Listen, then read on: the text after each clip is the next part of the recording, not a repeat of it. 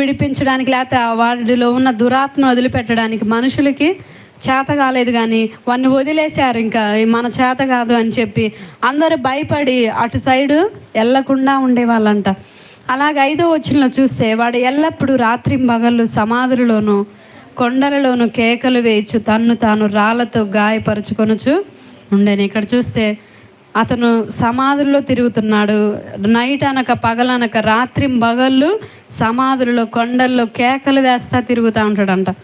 ఎంతో భయంకరంగా ఉంటుంది కదా. అనేక మంది బయటికి వెళ్తూ ఉంటారు, పనులకు వెళ్తుంటారు, లేకపోతే గొర్రెలు కాసుకోవడానికి, గేదెలు కాసుకోవడానికి వెళ్తూ ఉంటారు. అందరూ భయపడేవారు అతను చూసినప్పుడు ఎంతో భయపడి ఆ గ్రామం అంతా చాలా భయపడేవారంట. ఎందుకంటే అతను సంఖ్యలను కూడా తెంపుకోగలడు దురాత్మ వలన. అలాగే అతను ఏం చేసుకునేవాడంటే రాత్రింబగలు సమాధులలో కొండల్లో కేకలు వేసి తిరుగుతూ ఉంటాడంట. గట్టిగా కేకలు వేస్తూ ఉంటారు. కేకలు వేస్తూ తిరుగుతూ ఏం చేస్తున్నాడంటే 6వ వచనంలో వాడు దూరము నుండి యేసుని చూచి పరిగెత్తుకొని వచ్చి ఆయనకు నమస్కారము చేసి, యేసు సర్వోన్నతుడైన దేవుని కుమారుడా, నాతో నీకేమి, నన్ను బాధపరచకమని దేవుని పేరట నీకు ఆనబెట్టుచున్నాను బిగ్గరగా కేక వేశాను. యేసుక్రీస్తు ప్రభువాన్ని చూశాడు. మనుషులను చూసినప్పుడైతే అందరిని భయపిస్తూ ఉంది ఆ దురాత్మ. ఎవరు అటువైపు రాకుండా ఉండాలని ప్రతి ఒక్కరిని భయపెడుతూ అనేక మందిని భయక్రాంతులుగా చేస్తూ ఉంది. నిజంగా ఈ రోజుల్లో మనం కూడా ఎవరికైనా దురాత్మ పడితే భయపడతా ఉంటాం, భయపడి దూరముగా ఉంటాం. అయితే దేవుని నమ్మిన పిల్లలకి భయం అనేది ఉండదు. అసలు దేవుని నమ్మిన వారికి ఎటువంటి భయము, దురాత్మ అనే భయము అసలు ఉండదు. ఇక్కడ దేవుణ్ణి చూసి ఈ సాతాను ఏమంటుందంటే వెంటనే దేవుని దగ్గరికి వెళ్ళి నమస్కారం చేస్తుంది. వారిలో దురాత్మ ఉంది కదా, దురాత్మకు తెలుసు దేవుడు ఎవరైనది, దురాత్మకు తెలుసు. మనుషులు చాలామంది దేవుడు ఎవరనే తెలుసుకోలేకపోతారు.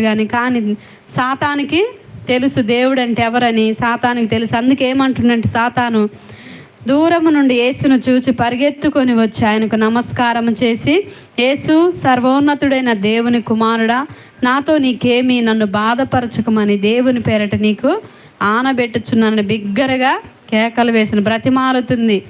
నేను ఇప్పటి వరకు ఈ ప్రజలందరినీ భయపెడుతున్నాను, అనేక మంది నా వశం చేసుకుంటున్నాను, నీవు నన్ను ఏమి చేయమాకు, నన్ను బాధపరచకమని బతిమలాడుతూ ఎంతగానో అది ఆనబెట్టుచున్నానని బిగ్గరగా కేకలు వేసిన ఎంతో బ్రతిమలాడుతుంది. సాతానికి తెలుసు దేవుడు ఎవరైంది, దానికి తెలుసు. అందుకే ఏమంటుంది, యేసు సర్వోన్నతుడైన దేవుని కుమారుడా. ప్రజలు ఈ రోజుల్లో చాలామంది మూర్ఖంగా ఉంటున్నారు. దెయ్యం అంటే నమ్ముతారు, లేకపోతే చేతబడులు అంటే నమ్ముతారు, లేదా దురాత్మ పడదంటే నమ్ముతారు, ఇంకా ఎన్నైనా మూఢనమ్మకాలన్నీ నమ్ముతారు. ఈ గృహం ఇటు వాకిలు ఉండకూడదంటే నమ్ముతారు, లేకపోతే ఎవరైనా చనిపోయి దెయ్యం వచ్చిందంటే నమ్ముతారు. అన్నీ నమ్ముతారు. కానీ మనుషులు నిజమైన దేవుణ్ణి నమ్మరు. చాలామంది అన్యులు ఏం చేస్తారంటే నిజమైన దేవుణ్ణి నమ్మరు, వారికి నచ్చిన దేవుణ్ణి వారు నమ్ముతారు. సాతాను ఏమంటుంది, ఏ దేవుడి పేరు చదువుతుంది, అది యేసు సర్వోన్నతుడైన దేవుని కుమారుడా అంటుంది. కానీ లేకపోతే ఏమైనా పేర్లు పెట్టి పిలిచింది. అది ఈ లోకంలో కొంతమంది దేవతలు అనబడే వారి పేర్లు పెట్టి సాతాను పిలవలేదు. దేవుని ఏమంటుందంటే యేసు సర్వోన్నతుడైన దేవుని కుమారుడా అని సాతాను తెలుసుకుంది. దేవుడు ఎవరో సాతానుకు తెలుసు. అందుకే సాతాను ఏం చేస్తుందంటే ఆయనకి నమస్కారం చేసిందంట. 6వ వచనంలో వాడు దూరం నుండి యేసును చూచి పరిగెత్తుకొని వచ్చి ఆయనకు నమస్కారం చేసి, ఎవరు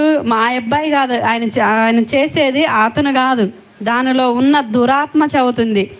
నమస్కారం చేసి, యేసు సర్వోన్నతుడైన దేవుని కుమారుడా, నాతో నీకేమి, నన్ను బాధపరచుకోమని చెప్పి ఇక్కడ బిగ్గరగా కేకలు వేసిన. ఎందుకనగా ఆయన అపవిత్రాత్మ ఈ మనిషిని విడిచి పొమ్మని వానితో చెప్పెను. మరియు ఆయన నీ పేరేమని వాడిని అడుగుగా వాడు నా పేరు సేన, ఎలయనగా మేము అనేకులమని చెప్పాడు. ఇక్కడ చూస్తే నేను సేన, వాడిలో ఎన్ని దెయ్యాలు ఉన్నాయి, చాలా అనేకమైన దెయ్యాలు ఉన్నాయి. అందుకే ఏమంటుండంటే నా పేరు సేన.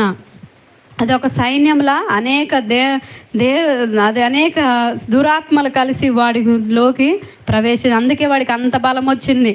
ఆ సంఖ్యలను తుత్తునీయలుగా ఎలా చేస్తుందంటే వానిలో ఒక్క దెయ్యము కాదు, అనేకమైన దెయ్యాల దురాత్మల సమూహము వాడిలో ఉంది. ఎందుకు అసలు ఆ సాతాను మనలో ఎందుకు వస్తుంది? అసలు ఆ దురా